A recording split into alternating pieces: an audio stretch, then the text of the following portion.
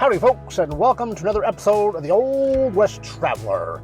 If this is your first time here, we recount true stories of the Old West. If you enjoy what you hear today, please subscribe and hit that like button, and hopefully you'll join us again for another true story of the Old West.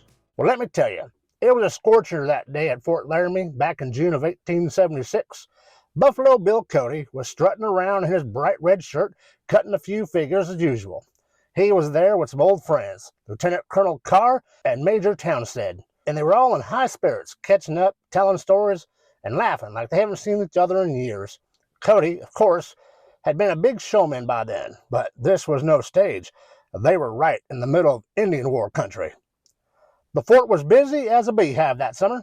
You had folks passing through on their way to the Black Hills Gold Rush, soldiers heading north, and Indians not too happy about it all. The 5th Cavalry had just arrived from Kansas, ready to join the fight against the Sioux. They had their hands full fixing up their gear and shoes for the horses. They still found time to slip off to Collins' store for some treats and tobacco. By June 22nd, Carr, Cody, and about 350 cavalrymen set off north towards the Black Hills. Spirits were high, but the mood quickly changed when news came that General Crook had been forced to retreat after a skirmish with the Sioux. And then, even worse, that Custer and half his men had been wiped out at the Battle of the Little Bighorn. The men were rattled, but orders came in soon after. Head back to Fort Laramie, resupply, and join up with Crook for a renewed campaign. Before they could make it back to the fort, Colonel Merritt got word that hundreds of Cheyennes were heading to join Sitting Bull. Merritt wasn't about to let that happen. He and the 5th Cavalry raced 85 miles in a day and a half to cut off the Indians at Warbonnet Creek. On sunrise on July 17th, the soldiers found themselves hidden by the high creek banks, perfectly positioned to ambush the Cheyennes.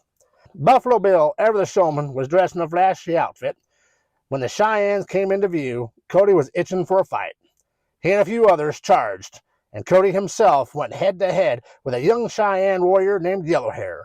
With a well-aimed shot, Cody killed and took his scalp, waving it high, shouting, "The first scalp for Custer."